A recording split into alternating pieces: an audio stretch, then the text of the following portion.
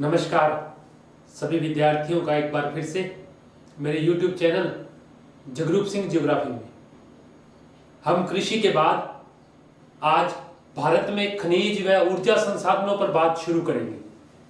भारत के परिप्रेक्ष्य में देखेंगे कौन कौन से खनिज ज्यादा इंपॉर्टेंट है, कौन कौन से खनिज कम इंपॉर्टेंट है हमारे लिए। ज्यादातर हमारी बुक्स में दो धात्विक, दो अधात्विक, दो लोहे वाले, दो अलोहे वाले जो धात्विक के ही पार्ट है, ये खनिज दे रखे हैं। और कुछ ऊर्जा संसाधन, कोयला, पेट्रोलियम, प्राकृतिक गैस, इसके अलावा सौर ऊर्जा, पवन ऊर्जा, उन पर भी डिटेल से बात करेंगे। तो आज हम भारत में खनिज व ऊर्जा संसाधन पर चर्चा करेंगे। सबसे पहले समझने वाली बात है कि ये खनिज क्या होता है। खनिज क्या होता है इस पर पहले चर्चा करते हैं। किसी निश्चित भौतिक और रासायनिक गुणधर्म का पदार्थ जो अपनी अलग विशेषता रखता हो खनिज कहलाता है। तो ध्यान रखना है, हर खनिज वे पदार्थ होते हैं, खनिज वे पदार्थ होते हैं जो अपना निश्चित, ध्यान रखेंगे, अपना निश्चित भौतिक व रासायनिक गुणधर्म रखते हैं।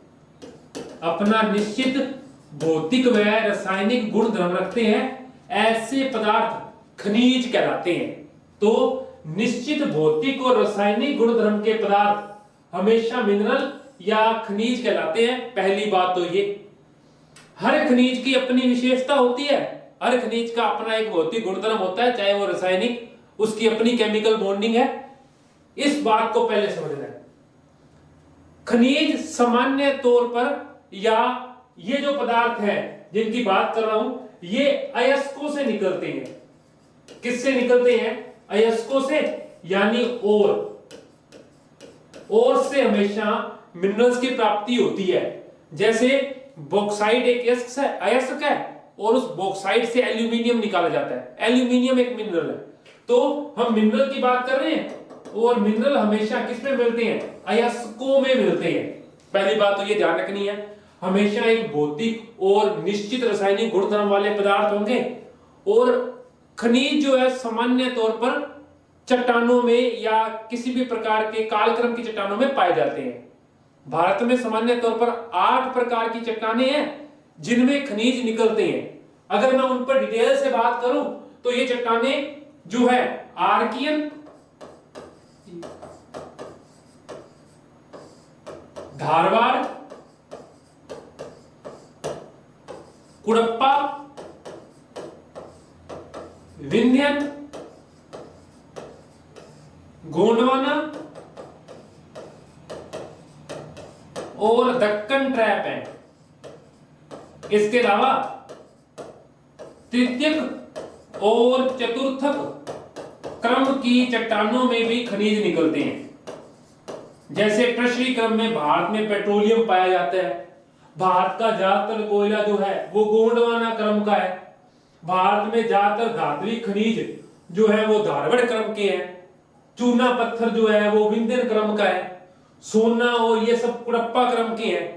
तो खनिज हमेशा चट्टानों में या किसी कालक्रम की चट्टानों के अंदर पाए जाते हैं। और भारत में लगभग 8 प्रकार की चट्टानें जो है वो देखने को मिलती हैं जिनमें मिनरल्स निकलते हैं। और इनकी बात की, वैसे इसको याद करने का सूत्र है आधा कुपवी गोंद 3 से 4 बार लगानी है। यानी आधा कुप्पी गोंद। आ से आर्कियन पहली, धा से धारवाड़ दूसरी, कु से कुड़प्पा, वी से विंध्यन, फिर गो से गोंडवाना क्रम की चट्टानें और दै से दक्कन ट्रैप, 3 में तृतीयक और 4 से चतुर्थक। तो आधा कुपवीगोंद, ये हमें याद रखना है कि भारत में चट्टानें जो है वो इन 8 क्रमों में देखने को मिलती हैं। अब हम आगे बात करते हैं खनिजों के प्रकार कौन कौन से होते हैं। आपको 2 बड़े प्रकार का पर्सपेक्टिव जो है वो समझना है। हम आज खनिज के प्रकार पर बात करने वाले हैं। सामान्य तौर पर खनिज जो है वो 3 बड़े ग्रुप्स में मिलते हैं। अगर मैं खनिजों की पहली बात देखूं तो पहले खनिज आते हैं धात्विक, मेटेलिक मिनरल। दूसरे खनिज होते हैं अधात्विक खनिज, नॉन मेटेलिक मिनरल। और तीसरे होते हैं ऊर्जा खनिज, एनर्जी रिसोर्सेज। पहले खनिजों के 3 ग्रुप आपको ध्यान रखने हैं, धात्विक, अधात्विक और ऊर्जा। धात्विक खनिज जिनमें क्या पाई जाती है, धातु पाई जाती है। और अधात्विक खनिज जिनमें धातु नहीं पाई जाती। और ऊर्जा खनिज जिनसे हमें ऊष्मा प्राप्त होती है, जिनसे हमें ऊष्मा प्राप्त होती है, वो ऊर्जा खनिज कहलाते हैं। बड़े 3 मिनरल के ग्रुप ये है, धात्विक, अधात्विक और ऊर्जा। अब इनके आगे प्रकार है। धात्विक खनिजों को 2 प्रकार में बांटा गया है, लोह धात्विक और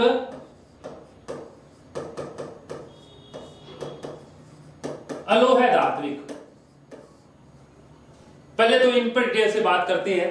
धात्विक खनिज जिनमें धातु पाई जाती है, कुछ अलोह धात्विक होते हैं, आयरन मेटल वाले, और कुछ नॉन आयरन मेटल वाले। यानी कुछ खनिजों में लोहा साथ में मिलता है। जैसे इसके जो प्रकार है टोटल 6 है, बड़े वैसे फेमस याद रखने वाले। एक तो खुद लोहा और मैग्नीज,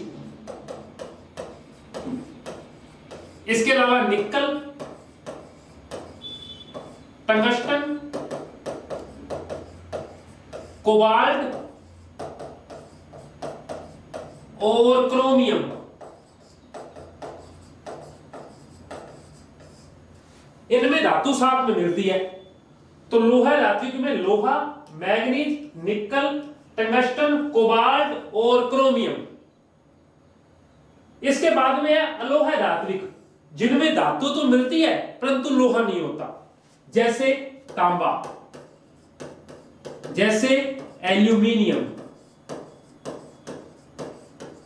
जैसे टिन, जैसे सीसा,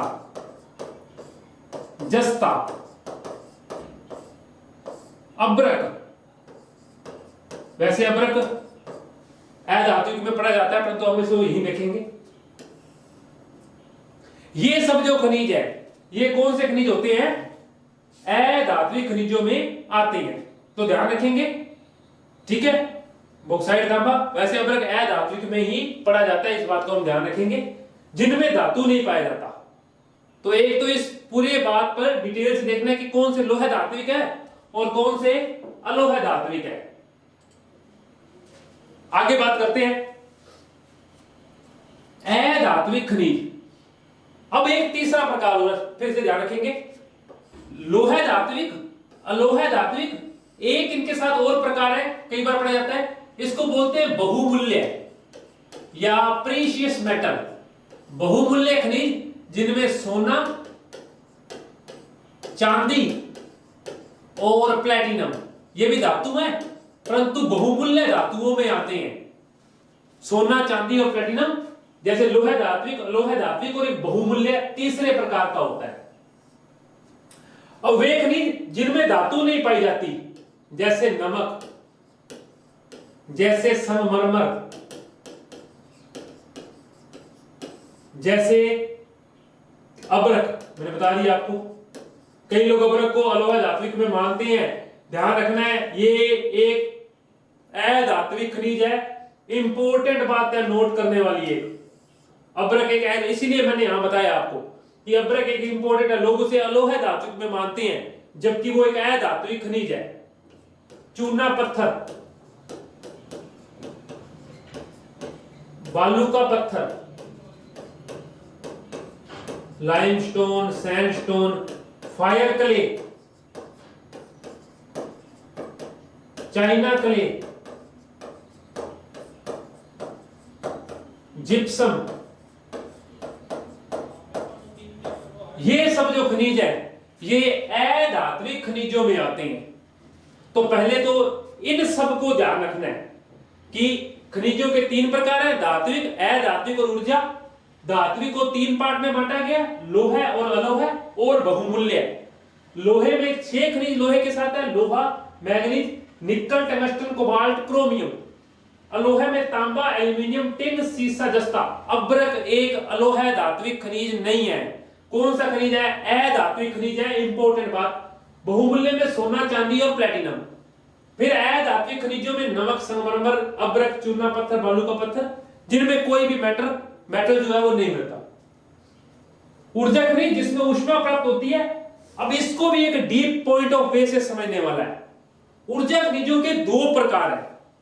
एक तो आपके पास चलता है परंपरागत और गैर परंपरागत।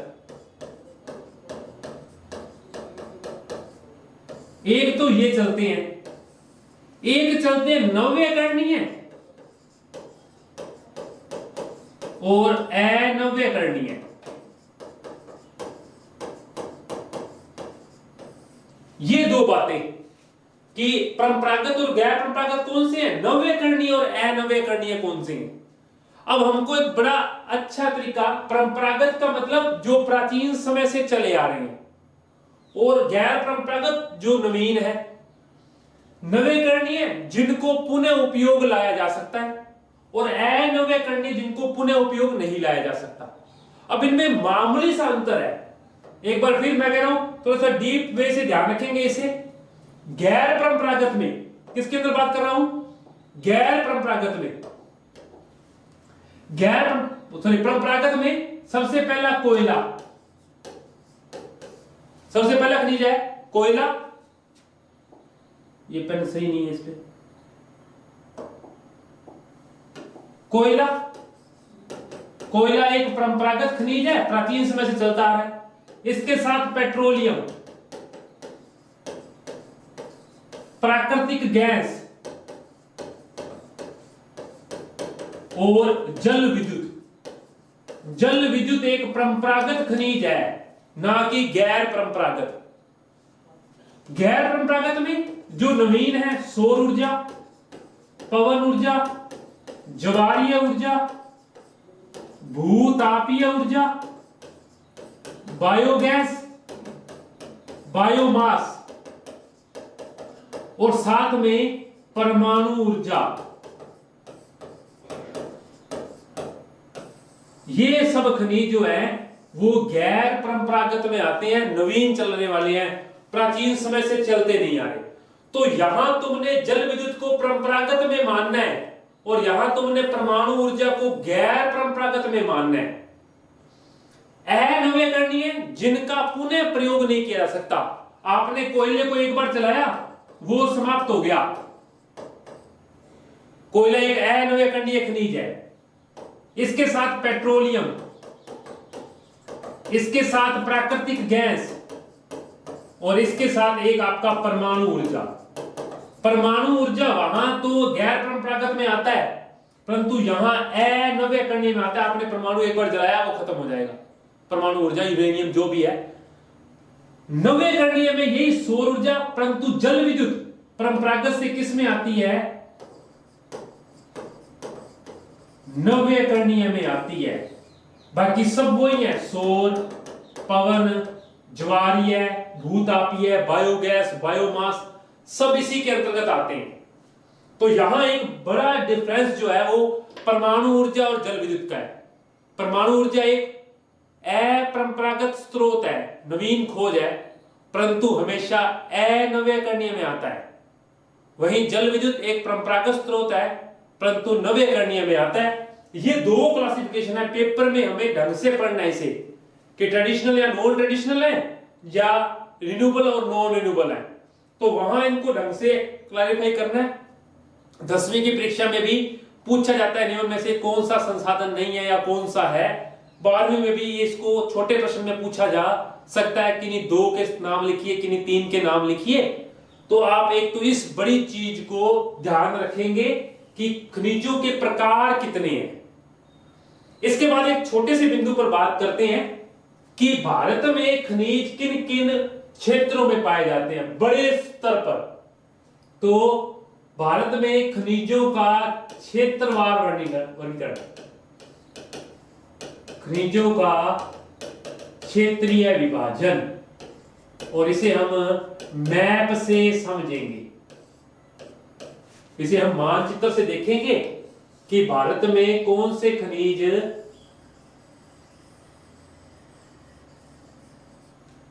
किन भागों में पाए जाते हैं।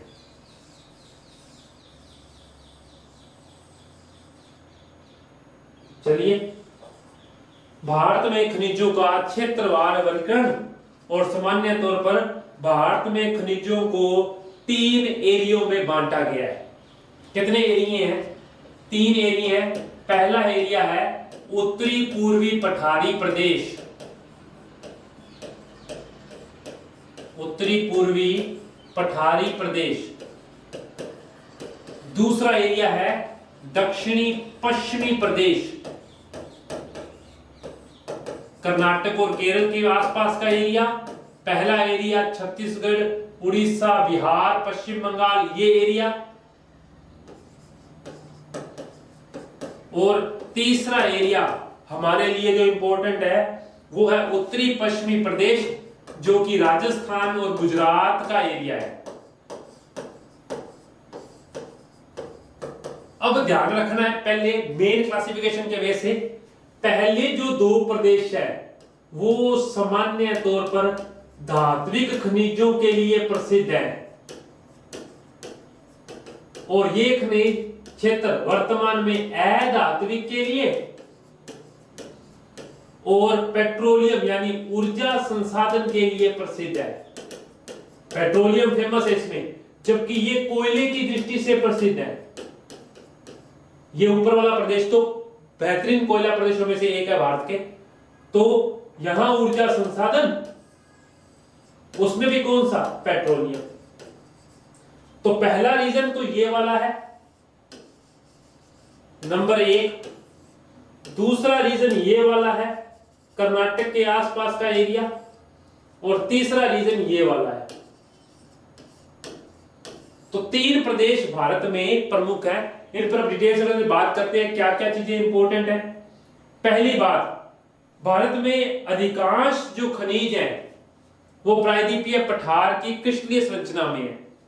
यहां जो छठा नागपुर और बस्तर के पठार या उत्कल का पठार, उड़ीसा का पठार, ये जो पठारी प्रदेश जो भारत में दिख रहा है, भारत का 97% मिनरल इन्हीं प्रदेशों में पाया जाता है। तो भारत के 97% खनिज इस प्रदेशों में मिलते हैं। यहां पठार जो है या जो प्रायद्वीपीय पठार का एरिया है वो ज्यादा है। इसके अलावा ध्यान रखेंगे, भारत के कोयले का लगभग 97% भाग, वही बात दोबारा से, भारत के कोयले का 97% भाग महानदी, गोदावरी, वर्धा, इसके अलावा बात करें तो दामोदर और सोन, इनके कोयला क्षेत्रों में देखने को मिलता है आपको। भारत का 97% कोयला जो है इन नदी घाटियों में मिलता है, और ये भी इनमें भी 98% जो है वो गोंडवाना क्रम की चट्टानों का है। तो एक ये बात भी ध्यान रखेंगे कि क्या क्या चीजें इंपॉर्टेंट चल रही हैं। हम आगे बात करते हैं। आप असम, गुजरात और बॉम्बे हाई को देखिए। गुजरात का एरिया, असम का एरिया और बॉम्बे हाई यानी मुंबई हाई, ये तीनों प्रदेश ध्यान रखेंगे, गुजरात, असम और मुंबई हाई, ये पेट्रोलियम के लिए प्रसिद्ध है। पेट्रोलियम के लिए प्रसिद्ध क्षेत्रों में से आते हैं ये। चलिए अब आगे बात करते हैं भारत की 3 पेटियां। पहली पेटी में झारखंड, उड़ीसा, पश्चिम बंगाल और छत्तीसगढ़ आता है।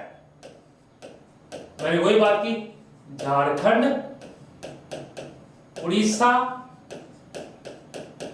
छत्तीसगढ़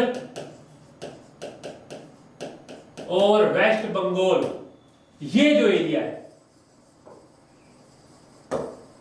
भारत की सबसे बड़ी लोहे की खान बैलाडीला छत्तीसगढ़ की भी यही स्थित है, और कोयले की सबसे बड़ी खान रानीगंज भी इसी एरिया में स्थित है। इसके अलावा मैंगनीज, इसके अलावा आपका चूना पत्थर डोलोमाइट जो उड़ीसा के वीरभद्रपुर से निकलता है, इसके अलावा मैंगनीज में कालाहांडी जो है, कोरापुट जो है वो भी यही स्थित है उड़ीसा के अंदर, संबलपुर, इसके अलावा उड़ीसा छत्तीसगढ़ का दुर्ग, बस्तर का पठार, भारत में यूरेनियम झारखंड के जादूगढ़ से निकलता है। तो बड़ा एरिया जो है खनिजों का वो इस 4 राज्यों में है, छत्तीसगढ़, उड़ीसा, झारखंड और पश्चिम बंगाल। और यहाँ आपको लोहा, कोयला, मैग्नीज, बॉक्साइट, ये जो मैंने बात बताई, ये यही निकलता है। दूसरा एरिया दक्षिणी पश्चिमी प्रदेश जो कि कर्नाटक के पास का एरिया है, कर्नाटक, तमिलनाडु और गोवा के और केरल का। तो ध्यान रखेंगे, दूसरा एरिया कर्नाटक, तमिलनाडु, गोवा और केरल। भारत में जिस प्रकार से यूरेनियम झारखंड के जादूगढ़ से निकलता है, उसी प्रकार मोनोजाइट रेस से भी जो है वो प्राप्त किया जाता है। केरल की मोनोजाइट रेस से उसको बोलते हैं थोरियम, थोरियम जो है वो यहां से निकलता है। इसके अलावा कर्नाटक में लोहे के भंडार है, बाबा बूंदन की पहाड़ियां, चित्रदुर्ग, शिमोगा, बेलारी, होसपेट, गोवा का कुछ प्रिंस सलेम का एरिया, और इसके अलावा तमिलनाडु का सेलम जहां लोहा इस्पात का कारखाना है, आंध्र प्रदेश का थोड़ा सा एरिया मान ले नवेली जहां की कोयले की खान है। तो ये सब एरिया इसके अंदर आते हैं, इसको भी हम ध्यानपूर्वक देखेंगे। इसके अलावा उत्तरी पश्चिमी प्रदेश जो कि ये वाला एरिया है, इसके अंदर राजस्थान और आप गुजरात को ले लेंगे। इस पेटी में आपको एक तो यहां झुंझुनू के पास से तांबा दिखेगा, आपको संगमरमर मिलेगा, जिंक, सीसा और जस्ता, यानी अधात्विक खनिजों की प्रकृति जो है वो कुछ ज्यादा देखने को मिलती है इस पेटी के अंदर। इसके अलावा आपको चूना पत्थर के, डोलोमाइट के, इनके भी भंडार जो है वो देखने को मिलेंगे। तो ये पहला जो टॉपिक है हमारा कि कौन कौन से खनिजों के प्रकार हैं और भारत में खनिजों की पेटियां जो है वो कौन कौन सी हैं। तो 3 बड़ी पेटियां हैं, उत्तरी पूर्वी, दक्षिणी पश्चिमी और उत्तरी पश्चिमी। उत्तरी पूर्वी में 4 राज्य आ रहे हैं, कौन कौन से? झारखंड, उड़ीसा, छत्तीसगढ़ और पश्चिम बंगाल। दक्षिण में भी 4 राज्य आ रहे हैं, गोवा, केरल, तमिलनाडु और कर्नाटक। जबकि उत्तरी पश्चिमी प्रदेश में गुजरात और राजस्थान का एरिया आ रहा है। ये कुल मिला के एक बिंदु जो है ये हमारा खनिजों का और खनिजों के प्रकारों पर हमने डिटेल से बात की है, और खनिज कौन कौन से होते हैं और किन चट्टानों में मिलते हैं। अगली कक्षा में हम जो है वो 2 जो हमारे किताब में जो धात्विक खनिज है उन पर बात करेंगे। इसी प्रकार ग्रुपिंग में 4 क्लासें आपको मिलेंगी, एक धात्विक की यानी अलोह धात्विक की, एक लोह धात्विक की, एक अधात्विक की और एक ऊर्जा की। हम 4-5 क्लासों में इसे पूरा कर लेंगे। मिलते हैं अगली क्लास में, तब तक के लिए धन्यवाद।